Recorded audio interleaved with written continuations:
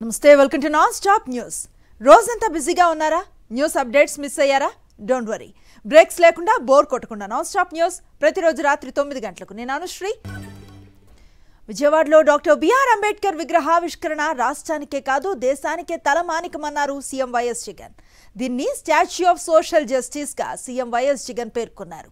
చరిత్రను తిరగరాసేలా మరెందరికో వందల సంవత్సరాల పాటు స్ఫూర్తినిస్తుందన్నారు.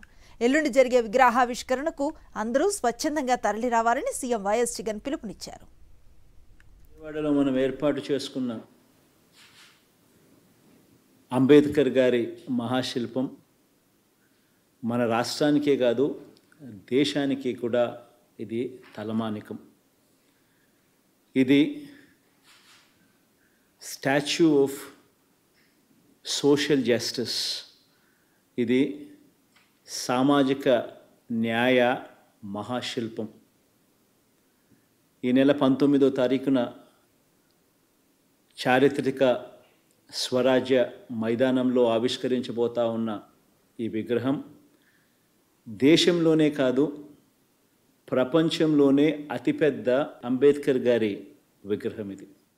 ఆ మహానుభావుడి ఆకాశమంతటి వ్యక్తిత్వం ఈ దేశ సామాజిక, ఆర్థిక, రాజకీయ, మహిళా చరిత్రలన్నీ కూడా మార్చేలా దాదాపు 100 సంవత్సరాల క్రితమే ఆయన వ్యక్తం చేసిన భావాలు కలకాలం కూడా మన దేశాన్ని ప్రభావితం చేస్తూనే ఖచ్చితంగా ఉంటాయి.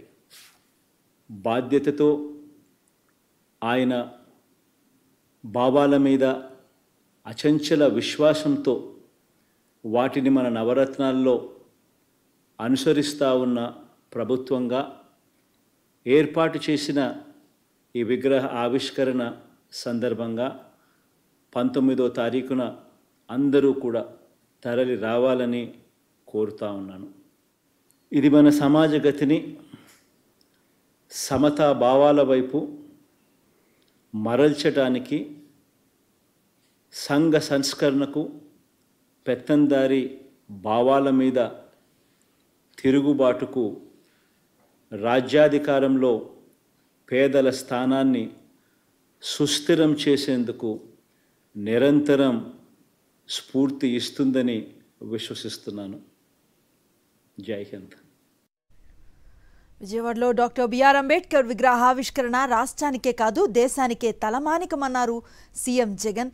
ఇప్పటివరకు ఆయన ఏం మాట్లాడారో చూసాం. ఇక భారత రాజ్యాంగ ప్రధాత అసమానతలను రూపుమాపేందుకు ఎనలేని కృషి చేసిన మహనీయుడు, స్ఫూర్తిదాత డాక్టర్ బిఆర్ అంబేద్కర్ విగ్రహావిష్కరణకు విజయవాడ స్వరాజ్ మైదానం ముస్తాబవుతోంది.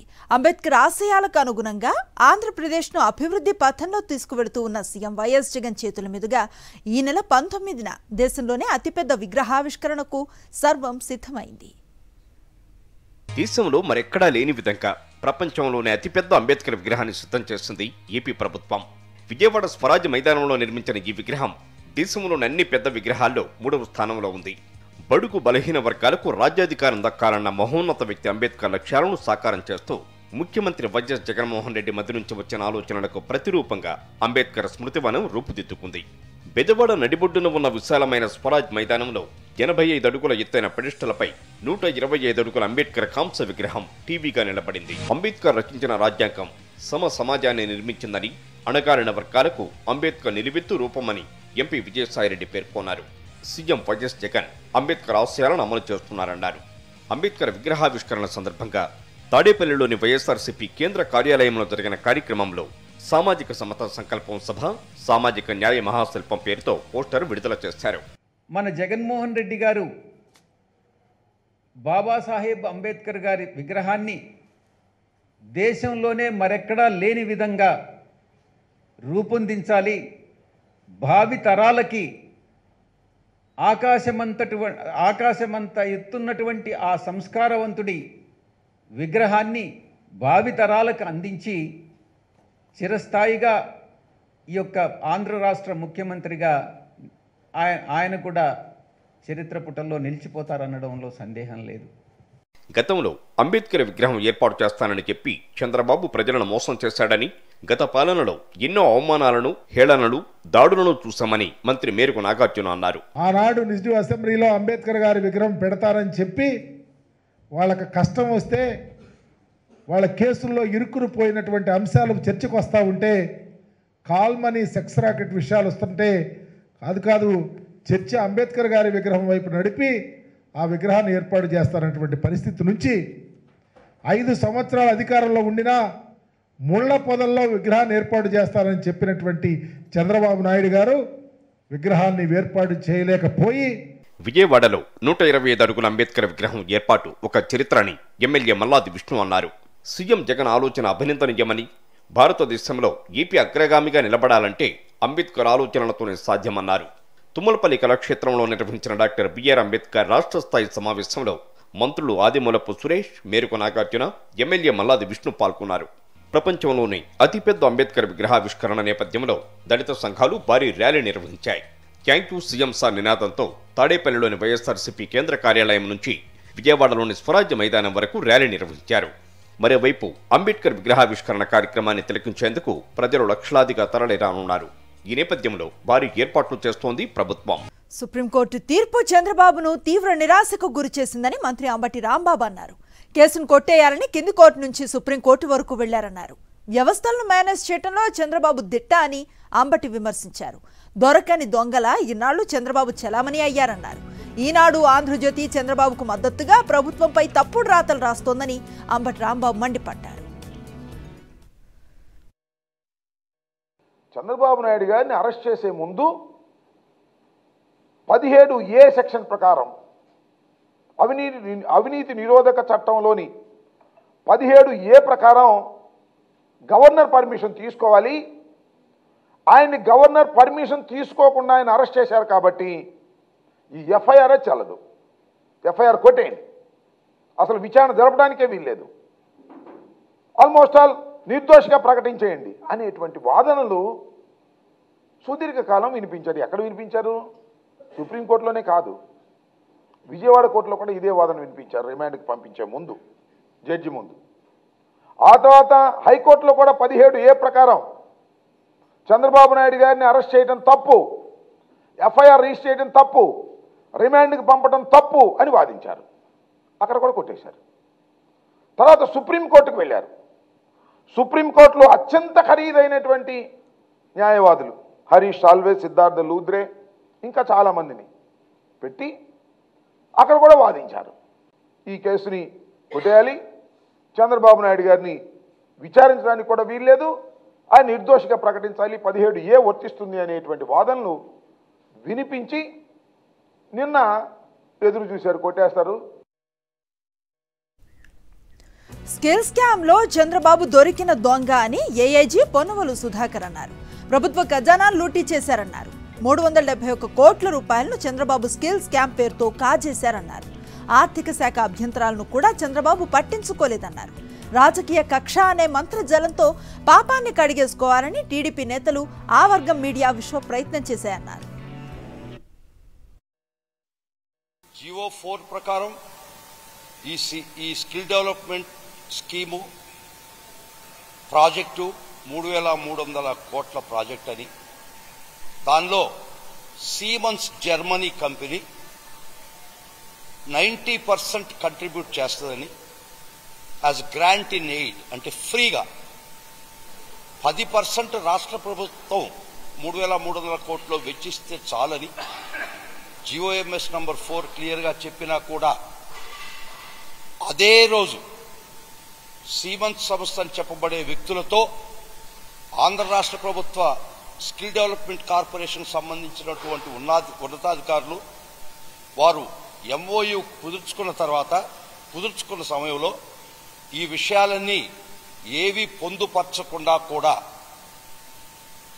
ఆంధ్ర రాష్ట్ర ప్రభుత్వం 371 కోటి ఈ ప్రాజెక్టుకు ముందర ఇచ్చేయాలని MOU GOMS నంబర్ 4కి వ్యతిరేకంగా అందులో ఉండి కండిషన్స్ తారుమారు చేసి కూడా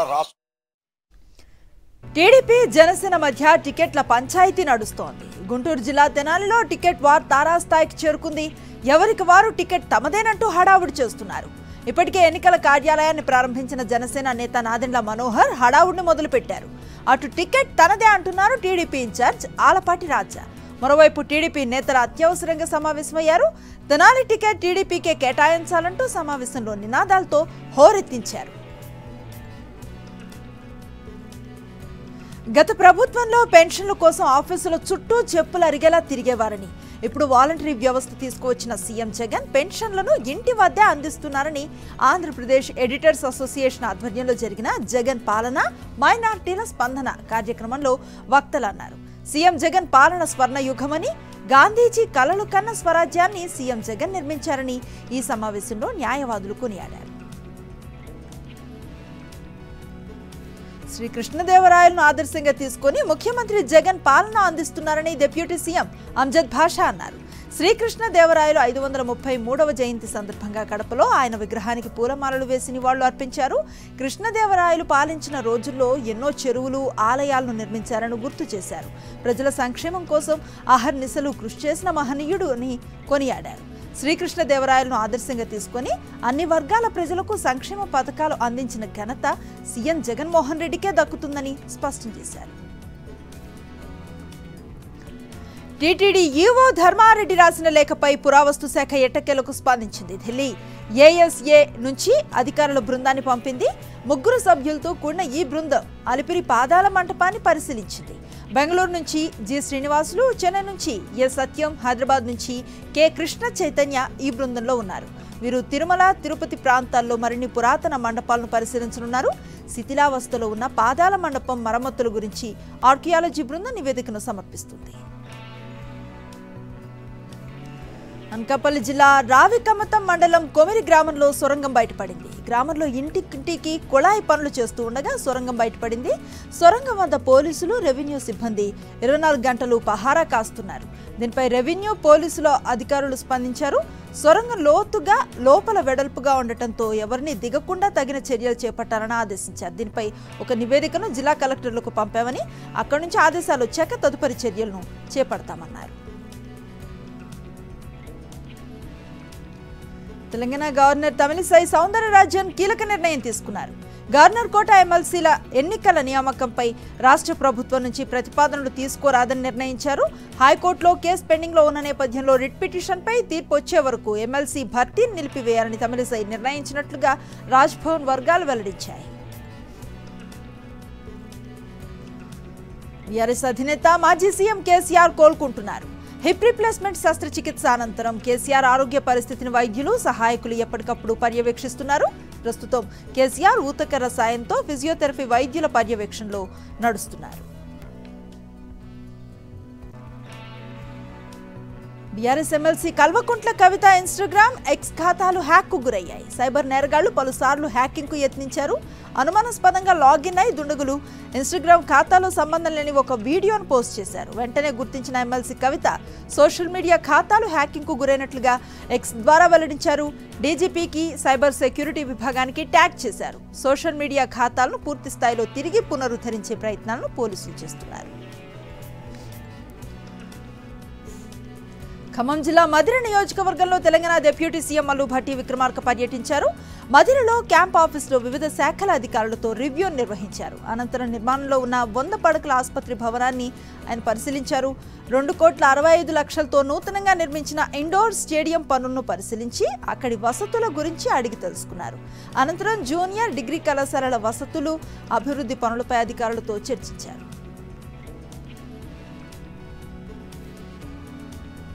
తెలంగాణ భవన్లో Nagar Kurnool BRS parliament segment సమావేశం జరిగింది. ఈ సమావేశానికి మాజీ మంత్రులు హరీష్ రావు, శ్రీనివాస్ గౌడ్, అసెంబ్లీ మాజీ స్పీకర్ పోచారం శ్రీనివాసరెడ్డితో పాటు ఎమ్మెల్యేలు, ముఖ్య నేతలు హాజరయ్యారు. పార్లమెంట్ ఎన్నికల్లో గెలిచే వ్యూహాలపై చర్చించారు. లోక్సభ ఎన్నికల్లో గెలిపే లక్ష్యంగా సెగ్మెంట్స్ వారీగా సమావేశాలు నిర్వహిస్తోంది బీఆర్ఎస్ అధిష్టానం. మల్లన్న సాగర్ ప్రాజెక్టు సమస్యలతో కూడుకుందని దానిపై లోతైన సమీక్షను జరిపి పూర్తి స్థాయిలో ఎంక్వైరీ జరిపించాలని టీజేఎస్ చైర్మన్ కోదండరాం డిమాండ్ చేశారు. మల్లన్న సాగర్ ప్రాజెక్టు కెపాసిటీ 8 టీఎంసీలు ఉంటే సరిపోతుందని గతంలోనే సూచించామని అన్నారు. ప్రాజెక్టు నిర్వాసితులకు రావాల్సిన పూర్తి ప్యాకేజీ రాలేదన్నారు. బాధితులకు వెంటనే ప్రభుత్వ పరిహారం ఇవ్వాలని కోదండరాం పేర్కొన్నారు. హైదరాబాద్లో ఏఐజీ హాస్పిటల్స్ వైద్య బృందం సిపిఎం రాష్ట్ర కార్యదర్శి తమ్మినేని వీరభద్రం తాజా హెల్త్ బులెటిన్ విడుదల చేసింది. తమ్మినేని ఆరోగ్యం నిలకడగా ఉందని వైద్యులు పేర్కొన్నారు. చికిత్సకు తమ్మినేని స్పందిస్తున్నారని తెలిపారు. వచ్చే 24 గంటల నుంచి 48 గంటలు చాలా కీలకమని వైద్య బృందం నిరంతరం ఆయన ఆరోగ్యంపై మానిటరింగ్ చేస్తోందని వెల్లడించారు. ప్రస్తుతానికి వెంటిలేటర్ పైనే చికిత్స అందిస్తున్నట్లుగా వివరించారు. 48 గంటల తర్వాత వెంటిలేటర్పై ఉంచాలా వద్దా అనే అంశంపై నిర్ణయం తీసుకుంటామని బులెటిన్లో స్పష్టం చేశారు.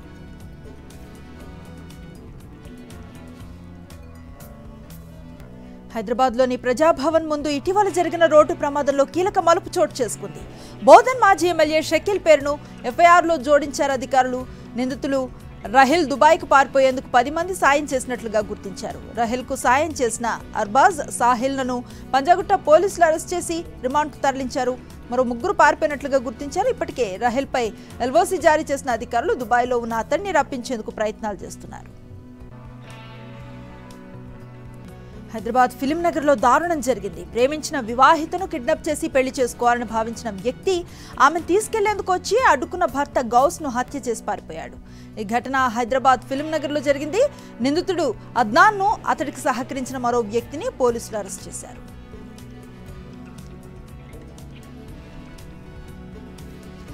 అయోధ్యలో రాముడి ప్రాణ ప్రతిష్ఠ కార్యక్రమం కోసం యావత్ దేశం ఆసక్తిగా ఎదురుచూస్తోంది. జనవరి 22న అయోధ్యలో రామ మందిరంలో రామ్లల్లా విగ్రహాన్ని ప్రతిష్ఠించనున్నారు.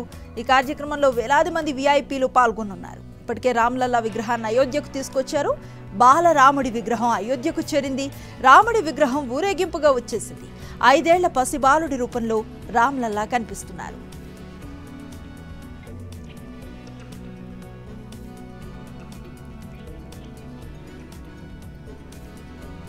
నెల 22న జరిగే విగ్రహ ప్రాణ ప్రతిష్ఠ కార్యక్రమానికి ప్రపంచ నలుమూలల నుంచి ఇప్పటికే భక్తులు అయోధ్యకు చేరుకుంటున్నారు. ప్రధాని మోదీ చేతుల మీదుగా విగ్రహ ప్రాణ ప్రతిష్ఠ జరగనుంది. బాలరాముడి ప్రతిష్ఠకు సంబంధించిన సంప్రదాయ క్రతువులన్నీ నిన్న లాంఛనంగా ప్రారంభమయ్యాయి. ఈ నెల 22 వరకు ఈ కార్యక్రమాలు నిరంతరాయంగా జరుగుతాయి.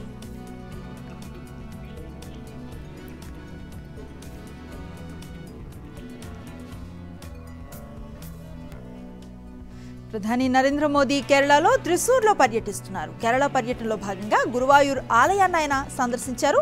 కేరళ సంప్రదాయ దుస్తుల్లో త్రిప్రయర్ రామస్వామి వారిని దర్శించుకొని ప్రత్యేక పూజలు నిర్వహించారు మోదీ. అనంతరం ఆలయంలో ప్రత్యేక భజన కార్యక్రమాల్లో పాల్గొన్నారు. స్వామివారి వేద మంత్రాన్ని పఠించారు. ఆ తర్వాత గురువాయూర్లో జరిగిన తమిళ సూపర్ స్టార్ సురేష్ గోపి కుమార్తె వివాహానికి హాజరయ్యారు మోదీ. దగ్గరుండి వారి పెళ్లి కార్యక్రమాన్ని జరిపించి నూతన వధూవరులను ఆశీర్వదించారు ప్రధాని.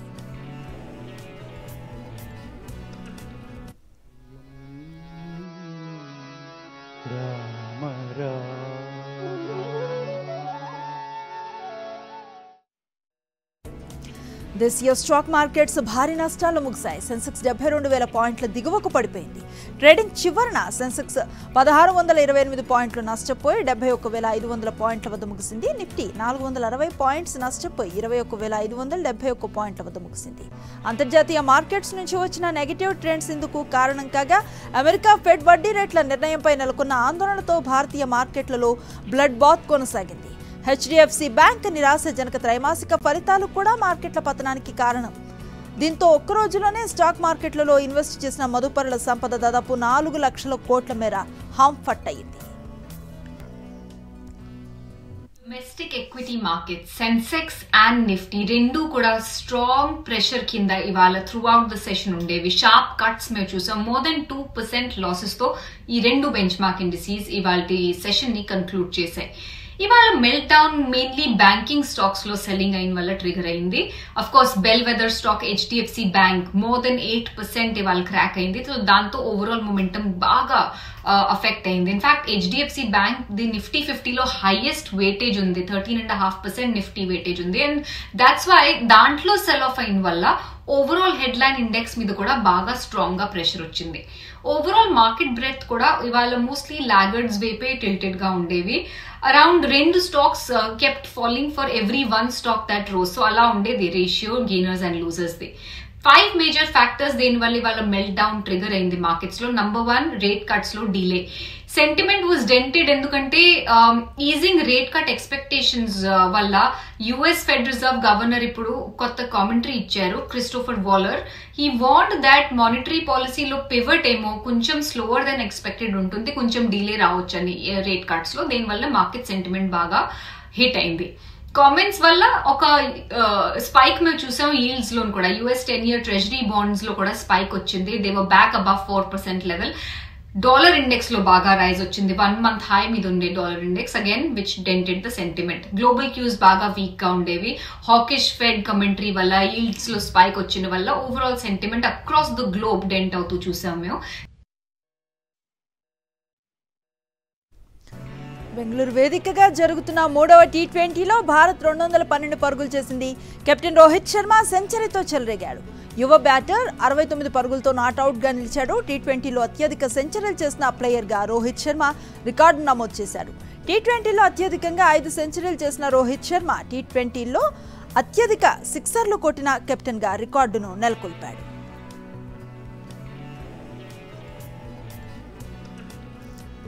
కోతి చేష్టలు కొన్నిసార్లు నవ్విస్తాయి, మరికొన్నిసార్లు టెన్షన్ పెడతాయి. అలాంటి ఘటనే యూపీలో బృందావన్ గుడిలో ఓ వ్యక్తికి జరిగింది. ఖరీదైన తన ఫోన్ని కోతిపిల్ల ఎత్తుకెళ్లిపోయింది. శ్రీ రంగనాథ్జీ మందిర్ గోడపై కూర్చొని ఇవ్వనంటే ఇవ్వనని గట్టిగా ఫోన్ పట్టుకుంది. కోతిపిల్ల నుంచి ఫోన్ తీసుకోవడానికి విశ్వ ప్రయత్నాలు చేశారు. ఫైనల్ గా కోతిపిల్ల ఫోన్ ఇచ్చేసింది. ఇదిగో ఇలా ఫ్రూటీ బాటిల్ ఎగరేస్తే దాన్ని పట్టుకునే చేతిలో ఉన్న ఫోన్ను జారవిడిచింది. ఈ వీడియో సోషల్ మీడియాలో వైరల్ గా మారింది. రోజంతా బిజీగా ఉంటున్నారా? మీ చుట్టూ ఏం జరుగుతుందో తెలుసుకోలేకపోతున్నారా? డోంట్ వరీ, రోజు రాత్రి 9 గంటలకు రెడీగా ఉండండి. సాక్షి టీవీ మీకు నాన్ స్టాప్ న్యూస్ని అందిస్తుంది.